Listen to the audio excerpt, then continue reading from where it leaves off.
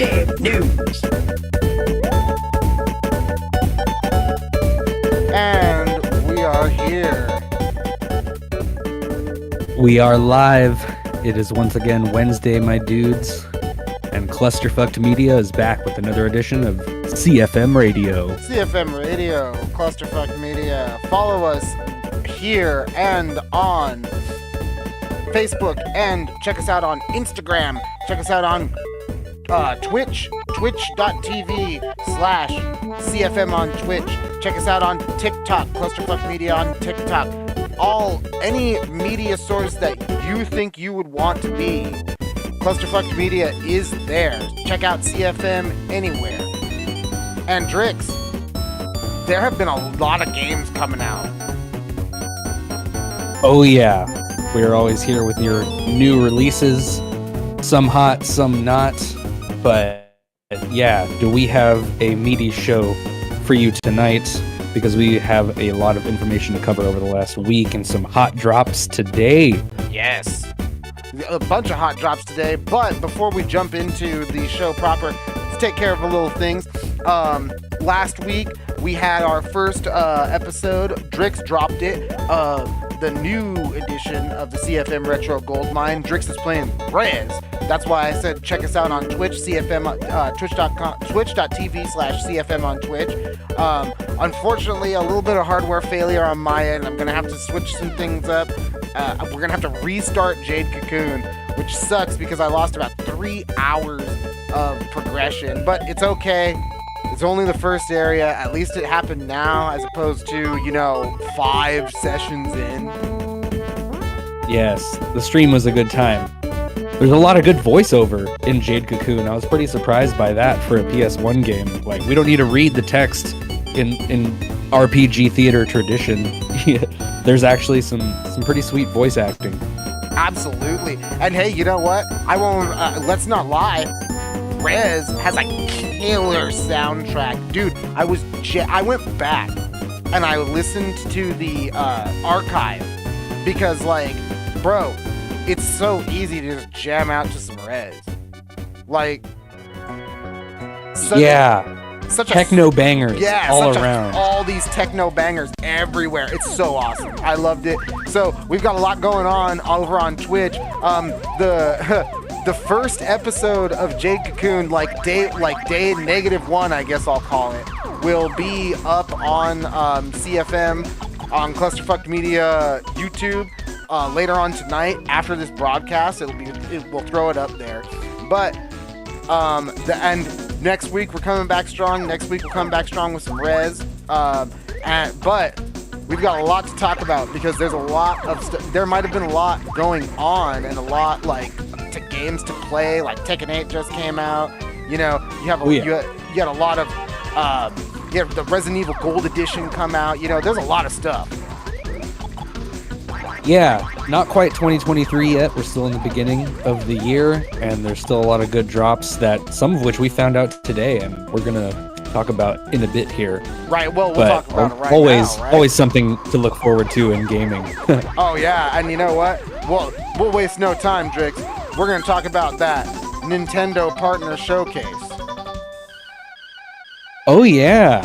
No, what a great Nintendo Direct we had today. A lot of exciting new releases, some fan favorites, and some newcomers. So, what did you get out of that? You know me, I can't get enough of SMT5 Vengeance coming out on the Switch and other platforms. So I have the original vanilla SMT5 Switch exclusive. Probably going to pick up Vengeance maybe on PS5 just to make sure that I got that steady frame rate. But the one thing that I walked away from this Nintendo, or this Partner Direct, I should say, is that, yes, there's a lot. Nintendo is all in on the platform. Yeah, the third-party developers are doing their part, and the Switch it's an indie fest. A lot of what goes on the Nintendo eShop anyway, but yeah, plenty of shining titles. SMT Vengeance, which I'm glad I get to pick up later and didn't get the early edition. I can get the full complete thing later on. The buy a game 3-year plan, but true Japanese we 3-year plan. got some, we got some PG Souls-like adventures in Another Crab's Treasure, which looks pretty fun. It's like a Souls-like platformer. Yes, and you can hear that they also have some pretty great voice acting, Yeah. even in the trailer. And who doesn't want a mechanic based on a hermit crab just wearing a different shell? Yeah, all those different abilities. Yeah, new abilities with every shell. And hey, you know what? On the B-roll right now, if you're watching us, we got the Gundam Breaker 4 trailer running up here. And I don't know about you, Drix, but I love Gundam, and I love the fact that this game it lets you just build your own Gundam and go at it. You just make all the Gunpla parts, put them all together, and just go on missions. I love that. I like remaking. Whenever I get a game where I can customize Gundams, I like remaking the Gundam. I don't like super customizing the Gundam. I like remaking the Gundam to like exactly what it used to be. So like I have a lot of fun in these kinds of games, like trying to remake Sandrock or remake Epion or remake Sunblade. There's so many cool mobile suits that you can indulge in, and I think it's awesome. Yeah, I was a huge fan of Dynasty Warriors Gundam. I played a lot of that on the 360, Muso style. But yeah, if this is the incarnation that we get for, Gundam Muso game with like a lot of laser sword and blasting action, then yeah, I definitely need to pick this up. I've always wanted to try a Gundam Breaker, but there's a lot of Gundam games that kind of like pop up and disappear under the radar completely. I know we lost one with online service in the last year. We've lost a few, but Gundam Breaker will scratch the itch though. It's looking like it. And you know what? Something that we just flashed up on the B-roll right now. It's passed right now, but we'll talk about this one that's going in right now. I'll talk about what just passed in a second, but Grounded, Xbox exclusive or former Xbox exclusive, I should say, coming to Nintendo Switch. This is another one of these survival crafting games. It's the dawn of the survival crafter, or the new dawn of the survival crafter. We got a survival crafter coming up, hitting you tomorrow that we'll be talking about in the new releases. We just had a survival crafter come out yesterday in Nightingale, a little bit of like a fantasy steampunk style world, which looked pretty interesting. And now we've got Grounded coming to Switch, and that's pretty exciting news, huh, Drew? Yeah, Definitely a part of the nice package we were delivered by Nintendo today. And what about Penny's Big Breakaway? Yes. Okay. To me, I feel like I haven't seen anything like this since like the Sega Saturn or like the N64, because this looks like straight out of like Nights into Dreams or like Glover, for any like Glover fans out there. Like I'm just totally appreciating the art style and the really fun mechanic of like having a yo-yo in a platformer. Like, how wacky is that gonna get? It looks really cool. I love the movement, the dynamic platforming looks amazing in Penny's Big Breakaway. Another one of those games that I'm really looking forward to right now is that I'm playing. I was just tipping my toe into the demo, Unicorn Overlord. Fun fact, this Unicorn Overlord demo is only on the Switch right now. I checked on the PlayStation 4 and the PlayStation 5. There is no demo on those platforms.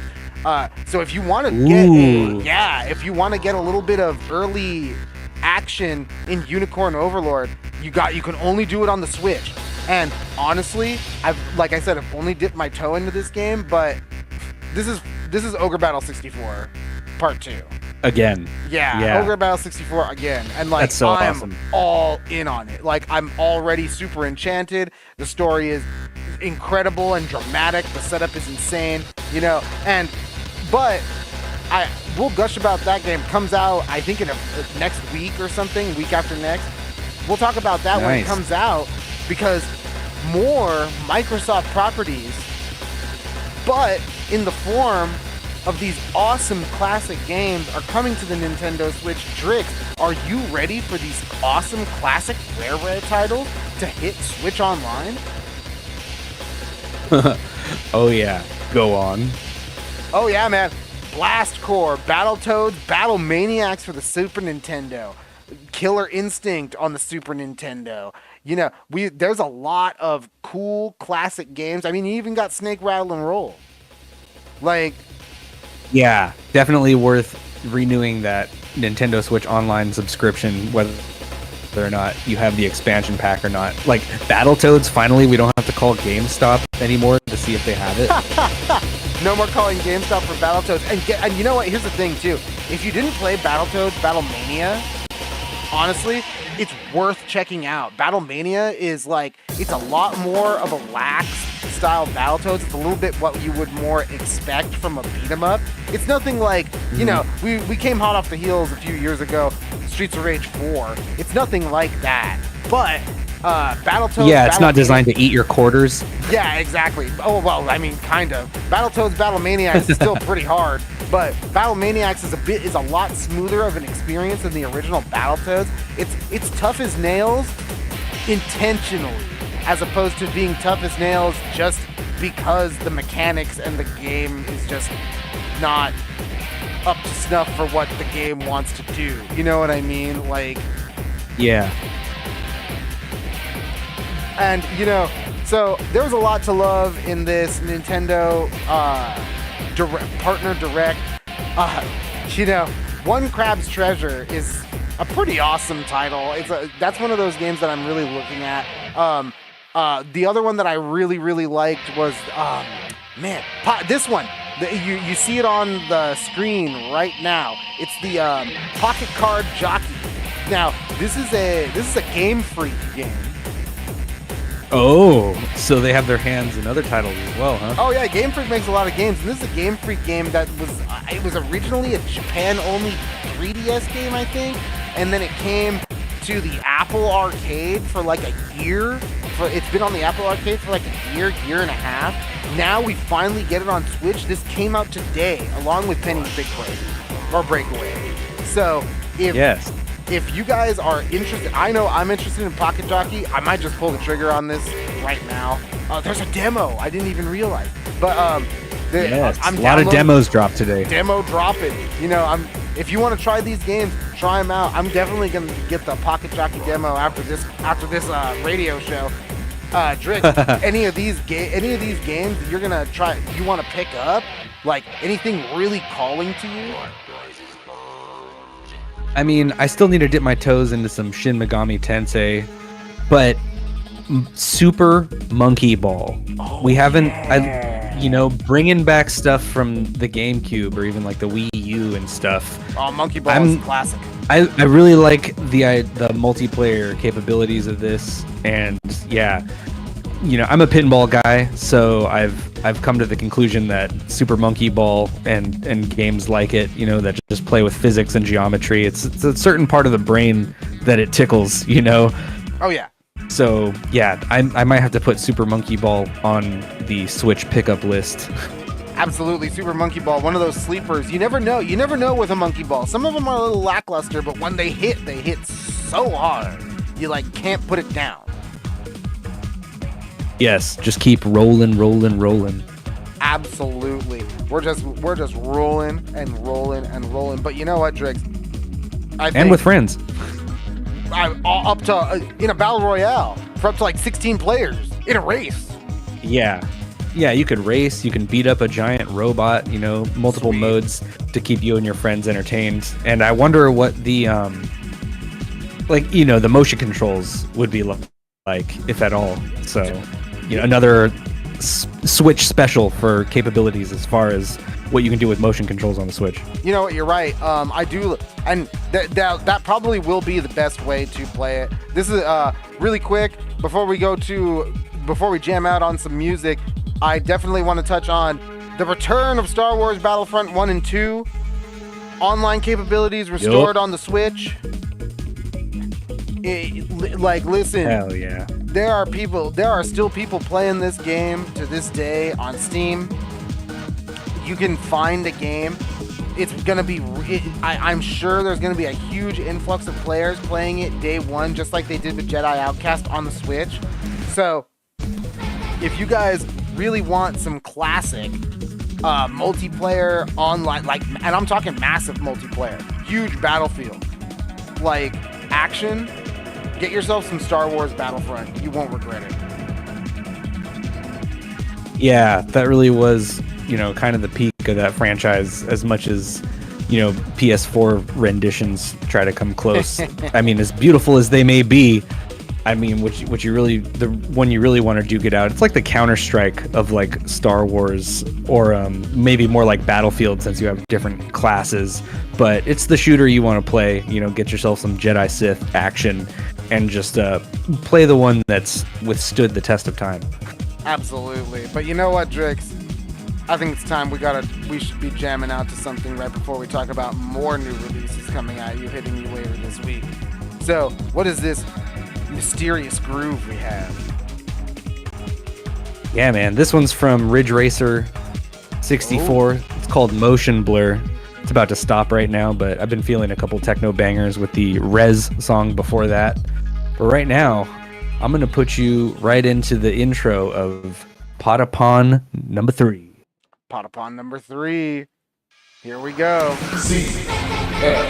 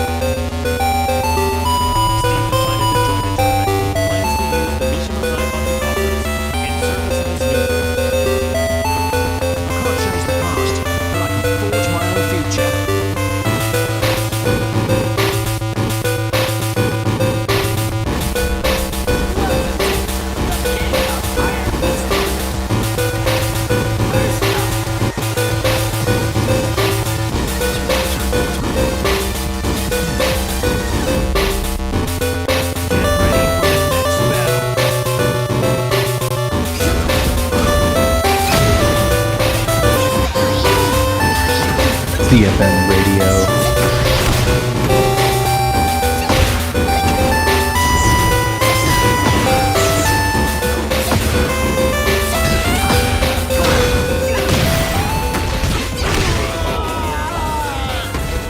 CFM Radio. We are back and we are live. That was Fly in the Freedom, the theme of Rouge, or did you say Tails I think that Sonic was Tails. Adventure 2? Yeah. Still, Sonic Adventure 2 is one of those soundtracks you wish you owned on vinyl. Oh yeah, I actually think they did release it on vinyl. Oh yeah. Changed a lot of people's lives, that one, with the help of Crush 40. Right now we got Sticker Brush Symphony from Donkey Kong Land 2 on the Game Boy. Some chiptune sounds. Yes, you know, if there was a Super Nintendo release, there's probably a chiptune version for the Game Boy. Or at least a hippier sounding tune. Honestly, I'm not gonna lie, when I started hearing this Sticker Brush Symphony, this version of Sticker Brush Symphony, I thought this was like a cover. Like one of those like OC remix covers. Oh shit, hold on, Tekken is blasting. My bad, guys. OC remix cover. I thought that was what was going on for a second there. So I was like, holy shit, this is so jamming. But it makes sense. It makes sense. I totally forgot the Donkey Kong Land series exists.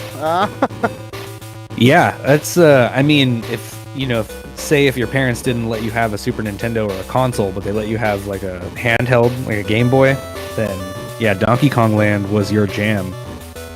And you know what? They were pretty good games. I do remember playing them as well. I didn't play them till later on, like after I played Donkey Kong Country. But I remember appreciating Donkey Kong Land 2 because it was such a good translation of the mechanics in a handheld form. And I was like, wow, this game, it moves really fast for a Game Boy game. Pretty fun. Yeah. Yep. Donkey Kong Land is the Game Boy translation of Donkey Kong Country, and the same applies to the music. And you know what? We're gonna keep going on this retro game kick, even though we're gonna talk about new game releases coming out.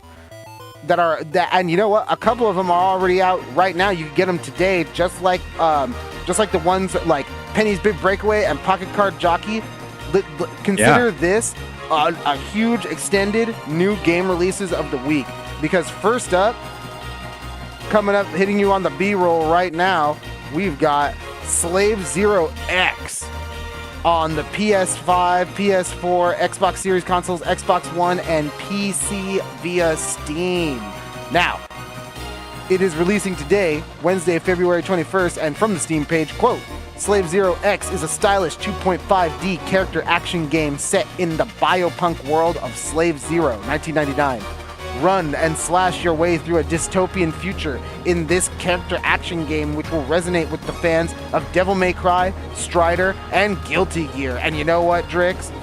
This one looks pretty awesome. They are not lying when they say this game will resonate with Guilty Gear fans, because if you're looking at the B-roll, like I said, this kind of looks, this looks like a little bit of like, we always thought that games like Final Fight or like Strider on the PlayStation when it came out, we always thought those games would be like playing a 2D fighting game, but like in a world. Slave Zero X looking like that fantasy. Yes, everybody loves some nice 2.5D, the best of both worlds. And yeah, the art style totally nails it.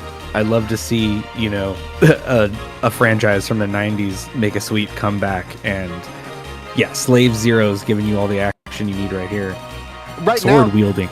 Absolutely. And right now, if you they have a promotion, you could buy if you buy Slave Zero X, you can get the original game, Slave Zero, in the bundle for $25. Not a bad deal. Slave Zero X, if you're a fan of these character action games, it looks sweet. Check it out.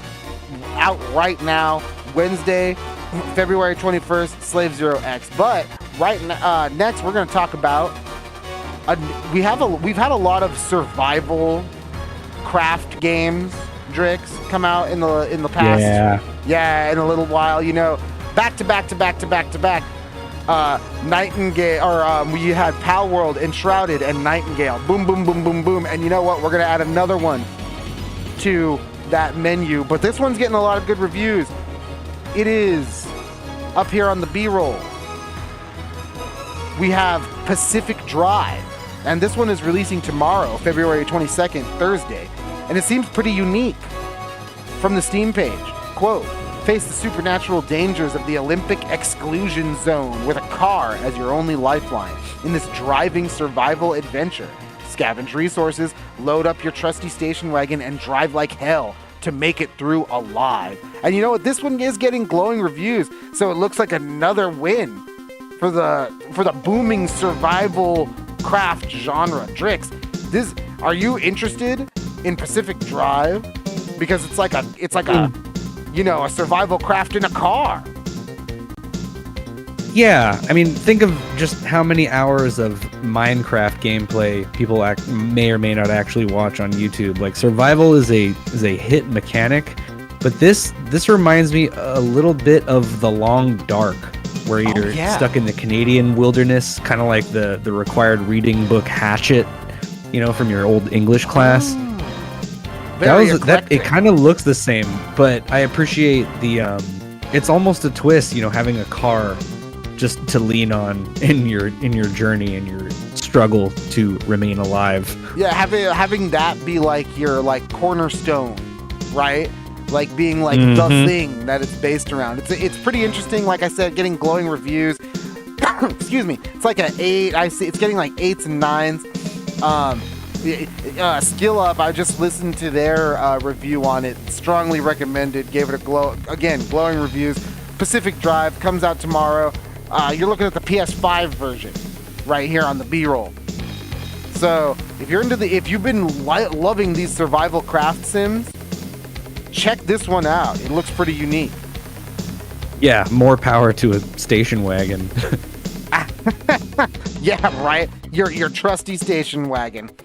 And finally, we have a DLC. And Drix, this one I thought was definitely coming out tomorrow, but I've been getting reports that you can play it today, right now. It is the side order DLC for Splatoon 3. Now, this one is the second part of a two-parter. We got the first part, which was like a new hub world for the game, way earlier last year, and this one is the storyline DLC. And we've got the description from Nintendo.com here, quote, from the expansion page. Challenge yourself to a new single-player campaign, The Side Order. As Agent 8, you wake up to discover Inkopolis Square has been drained of color and its residents have gone missing. Looming over the city is the ominous Spire of Order, alongside a drone who claims to be off the hook member Pearl. Agent 8 must fight off waves in floor after floor of challenges on their way to the top of the spire and learn its secrets. Use color chips to boost your abilities in this experience that's designed to be replayed over and over. Now, like I said, the DLC on the website and everywhere else says it's hitting tomorrow, February 22nd, but I hear you that if you boot up Splatoon 3 right now, you can start playing. Yeah. And some good multiplayer action to get your value with your Switch online. Absolutely, and this replayable DLC seemed pretty meaty too. Storyline, extra storyline, replayable, over and over. Sounds like some roguelike action. Yeah, it's the single-player campaign you wanted from Overwatch, but never got. Yeah, but never got. That's a good way to put it. And so those are your new releases for the week, along with the Nintendo partner showcase. I should say. You got a lot of demos. You got this cool DLC, and you got some brand new games. You got Pacific Drive. You got Slave Zero X. Tons of genres, lots of games. I don't know, everybody's listening to us. Stick around until the end of the cast, but after we're done here, go play some games. Yeah. I mean, you don't even need any cash on you right now. You can just pick up some of those new Nintendo Direct demos. I know I got a Game Pass subscription for another another month that I gotta, check out some new titles on. And hey, you know what? That's Game Pass will lead us into our next topic nicely. We're gonna hit this, strike while this iron's hot, so that our viewers can get to gaming, as our listeners can get to gaming as quickly as they can. So, right here, Drix, we have yet more information from the Xbox boss, Phil Spencer himself. And it seems like he's in a new interview. Yeah, why not? Make some appearances, maybe stomp out some fires or do any kind of public relations you can get done as the head honcho of gaming headlines lately. Yeah, seriously, the CEO of Videogames. Even though Nintendo tries to steal the show today, once again, the folks over at Xbox just seem to muscle their way into their coverage, and here it is from GameFile.news. The headline is, quote, Microsoft's Phil Spencer on Xbox growth, recent job cuts, and the future of games on discs. Ooh, yeah, we like our discs around here. We absolutely do. And the article starts strong with, quote, it sounds cheesy, but I've never been more bullish about where we are, Spencer told interviewer Stephen Totillo during an interview last week. The article goes on to detail their focus on industry growth, the whole industry, physical media, recent layoffs, and the growth in cloud gaming. And Drix, one of the more interesting answers from the interview is the following about cloud gaming in specific, because we heard a lot about cloud gaming and the business of cloud gaming actually in the court hearings last year for Xbox and Sony. And in this article, the FTC. Yeah, and in this article, quote, cloud adoption and expansion had been slow, but is finally picking up, Spencer said. Gaming via the cloud now accounts for a double-digit percentage of total hours of Xbox games played, he noted. There was a time, quote Spencer, there was a time when we weren't deploying more server blades because we had more supply than we did demand for the server racks that we had in place, he said. That's clearly not true today. And then the article goes on to make the point that we just made. Last June, Xbox executives testified during a hearing regarding the Microsoft Activision deal that Xbox Cloud Gaming had mostly been used by console gamers to try games without downloading them, meaning that it wasn't significantly expanding the market. Quote, any conversation we had on cloud is very time dependent because it's growing so fast, Spencer said. Very interesting. Yeah, I mean, of course, that's all I have been doing with my Game Pass is trying games that I just haven't gotten around to buying yet or couldn't afford at the moment. Have you been using the cloud? No, actually, I think I have like the $10 version of the cloud when you got to pay like $16 or something. Oh, damn. I would benefit from it because I don't have the solid state drive to run my games off of on my PC or my laptop, I should say, my HP Lovecraft Pavilion. But yeah, man, like it would be worth it to get, spend the extra $5 a month and get the cloud gaming. But that's what it's for. That's what you're subscribing to, is to have a library for a period of time. Yeah, that constantly changes and all that. And the funny part I think about this is that, they made such a staunch case that cloud gaming wasn't an industry. Last year I'm talking about last year in the hearing, cloud gaming wasn't an industry. It wasn't like there was not a monopoly or not something. A monopoly. There was no real growth, and yet here we are, double digits. Yeah, for people to try games they haven't bought, and I don't know. If I was a developer, I wouldn't do it. I mean, especially like a AAA one, like, you're not going to see Baldur's Gate on Game Pass just yet unless, Microsoft buys you out.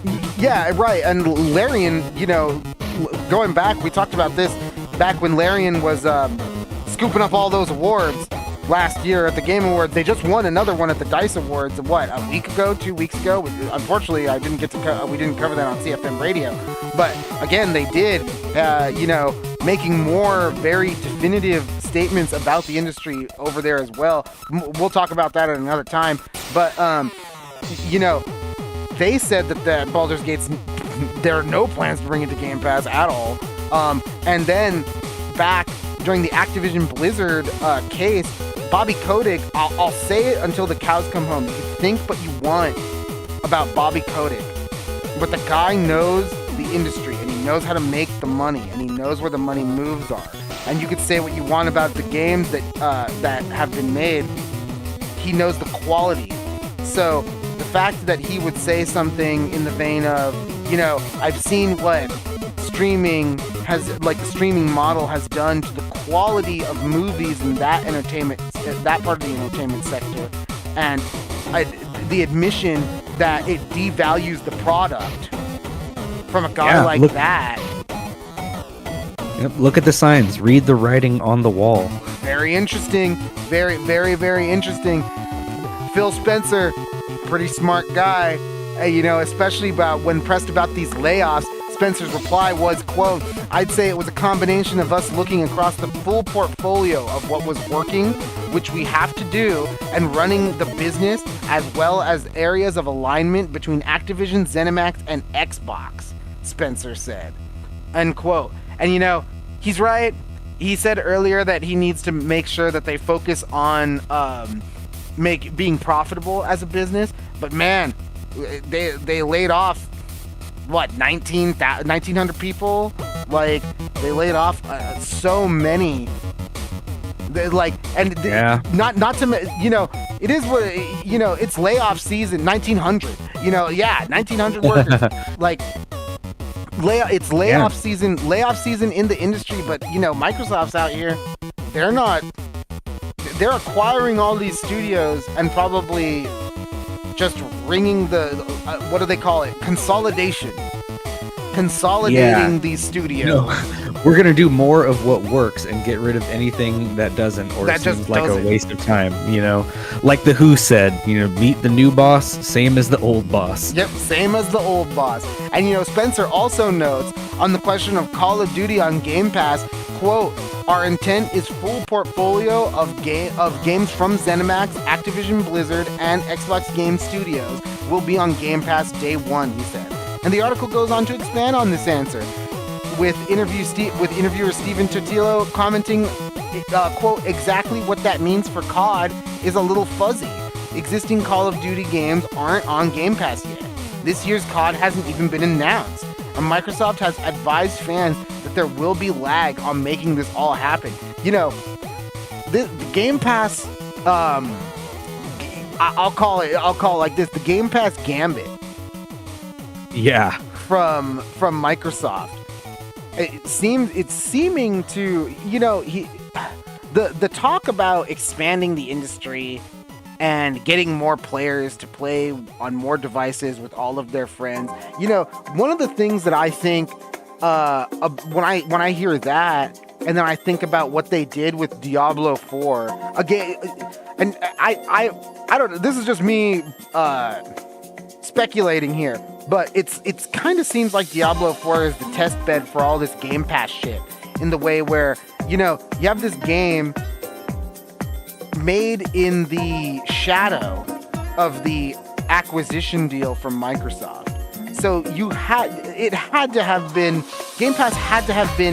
on the mind, right? Yeah. While this somebody game is thought being about developed. It. Yep. They still sold it for full price. They still gave you the option of playing it quote unquote early for like 4 days early for if you buy the $100 version. Man. So you still had all of these monetization tactics deployed on the consumer while the Activision Blizzard deal is going on. And granted, it didn't go through, I think, in time for Diablo 4 to launch, but no. Yeah, right. But at the same time, look how they rolled the game out.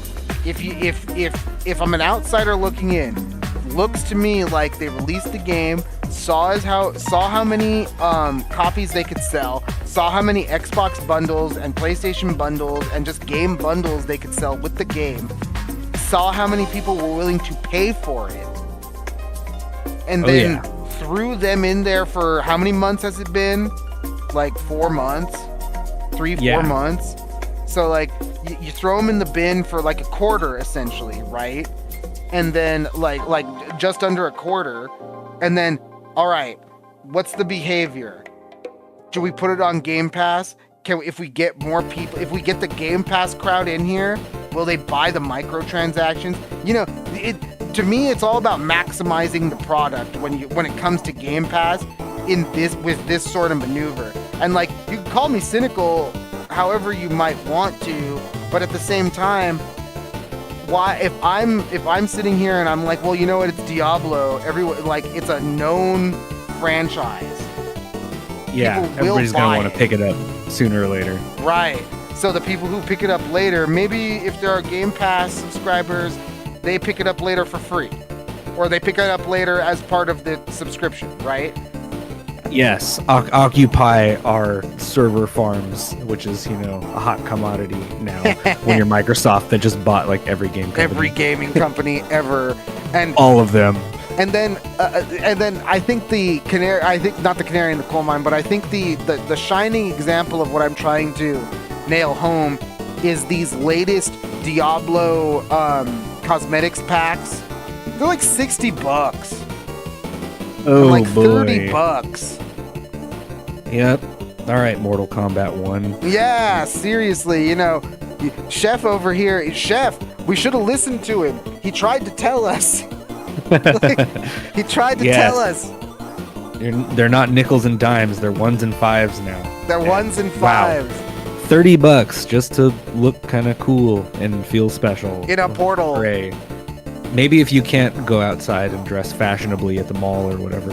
Hey, you know what? Hey, seriously, Drix. And if we looking at the chat really quick, Justin Menagio, thank you. He loves Drix. Thank you so much, Justin. Love you too, man. And hey, you know what?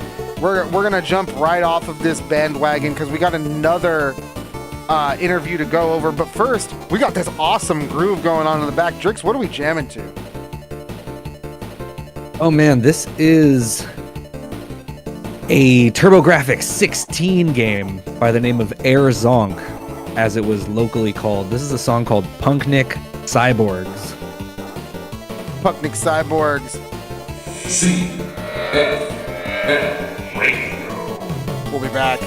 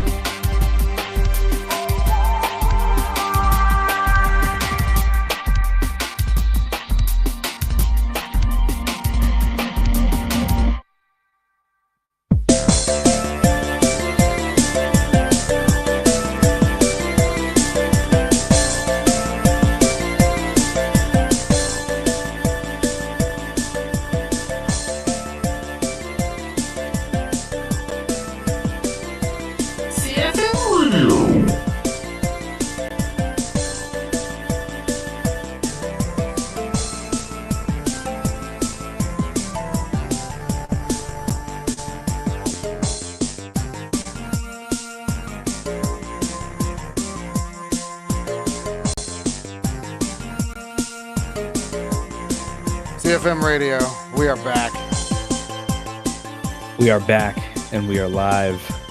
And man, we still have a whole other interview that dropped today. Some nice game journalism on this edition of CFM Radio. Oh yeah, and and wouldn't you know it, it's all about the Eldenring DLC Shadow of the Erd Tree. But is it? So you're seeing the DLC trailer right now, and they say this is going to be one of the biggest ones. The interview does go on and says it is their biggest trailer or their biggest endeavor as far as content that FromSoft has ever done. So it's sounding like this is going to be a pretty meaty expansion. Yeah, they don't often drop DLC for their titles, but I mean, Elden Ring, some people were going around saying it was like the best game yet made. So how else do you follow that up than with a huge update? Absolutely, and you know what? It sounds like it's going to deliver. Elden Ring, the DLC Shadow of the Erd Tree, a lot of interesting insights from this interview that Mr. Hidetaka Miyazaki had. He said not only is this the biggest endeavor as far as content delivery that FromSoft has ever done, but he also remarked that as far as storyline, George R.R. Martin was not contacted again to write new storyline for this expansion. He came out, they came out and they looked at the all the world building that he had done, and they decided, I would assume a long time ago, that this is going to be. It's not very clear. The reason why I say I assume, it's not very clear the time frame when you listen to the interview, but I assume like from the beginning they were like, all right, this is going to be the main game. This is going to be the DLC. Yeah, I mean, since when has George R.R. Martin been known for finishing anything that he starts? Right? Let me get some Song of Ice and Fire fans out there. What? Yeah, that man made his money. I don't think he'll ever finish that series. But no. but so another interesting thing that came out of this interview was Miyazaki's philosophy on difficulty in games. Now, I'll preface what I'm about to say. I'm not against accessibility in games. I'm all about accessibility in games when games like when it's done like the games like The Last of Us 2 have done it, where it's real accessibility in the way where like a billion colorblind settings, the texture, precise texture settings, screen dimming that really allows you to screen dimming and enemy outlines that really allow you to see what you're doing, haptic feedback from the controller that makes it feel like it gives you a unique rumble for every different button you might press. Even these new accessibility controllers that Microsoft and PlayStation have brought out, I'm all for those things. What I don't think is accessibility or an option or like something that allows people to access the experience of a game in the way that in the way that another person that everybody can relate to. I don't believe that lowering difficulty has ever been a viable way of saying, oh, well, it's accessible now because everybody can see the cutscenes and beat the game. Yeah, that's a more basic story mode. I mean, you should, accessible means you should have as much fun playing it, and having the right amount of challenge is certainly a part of that. And Miyazaki seems to agree because he says in the interview that emulating that strive, the strive to overcome a very challenging situation yields a reward that nothing else can really deliver. And the fact that he bakes that philosophy into the game itself.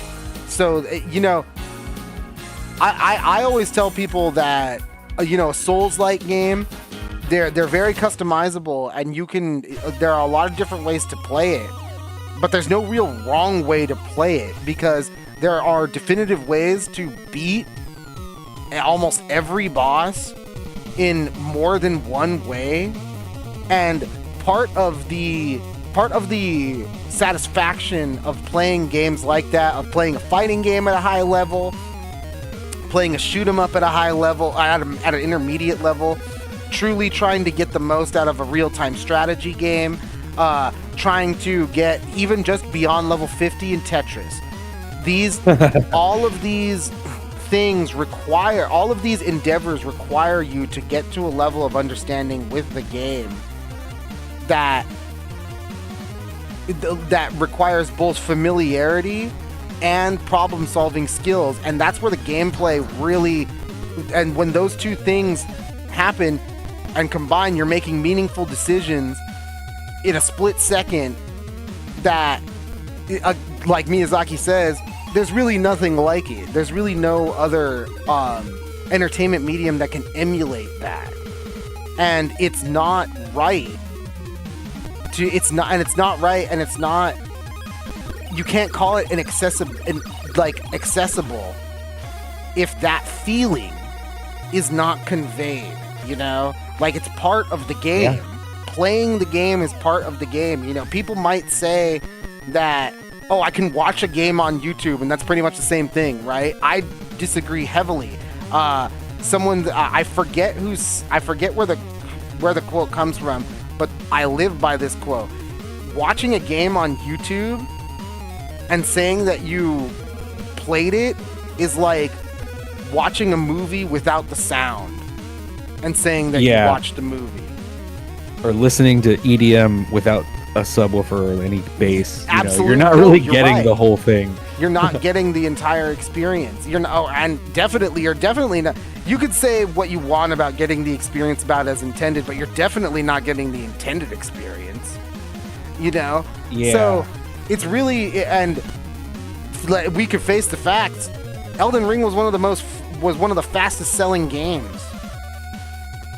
Yeah, ever. Definitely. It was worth it. It's good. It's still good. I'm glad to see, all of the fan base's dreams of DLC aren't for naught. And we've got some interesting stuff and a lot of fun, like lore speculations and people already talking about what's going on in the story just based on things they saw in the trailer.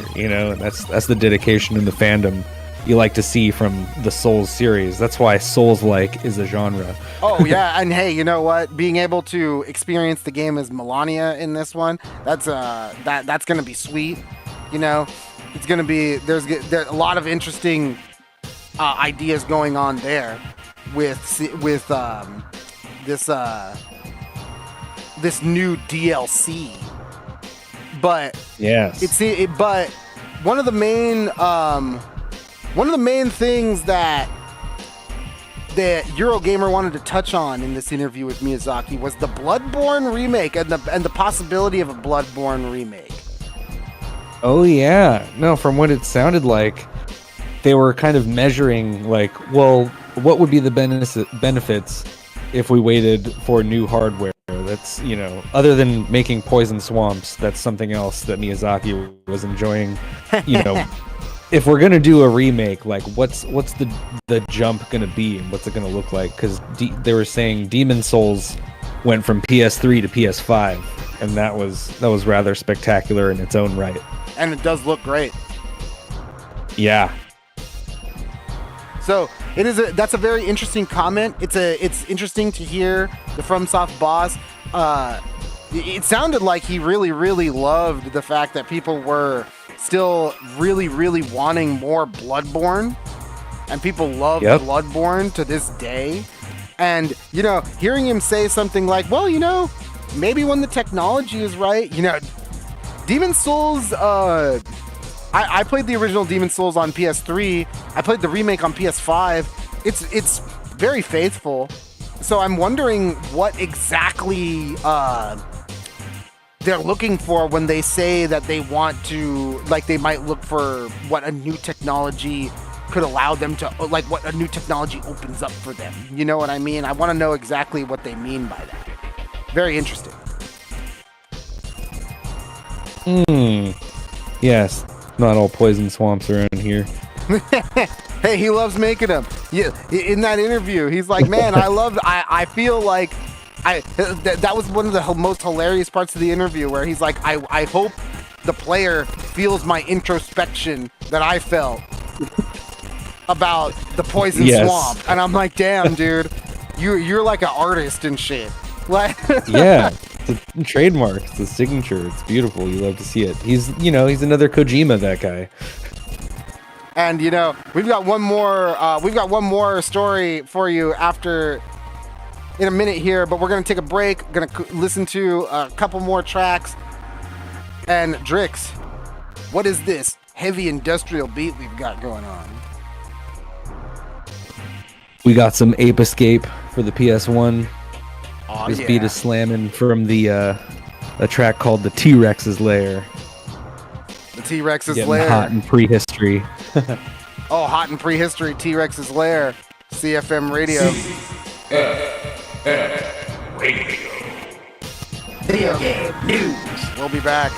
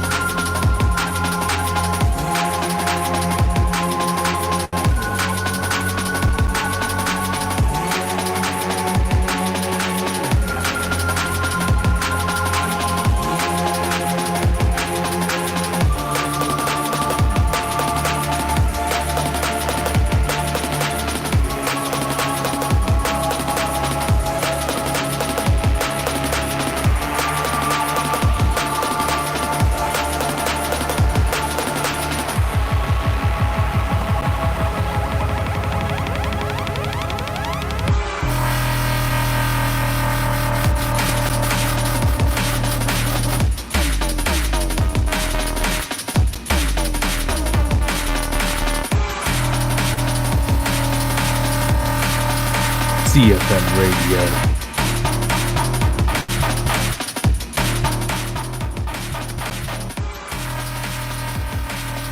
CFM Radio.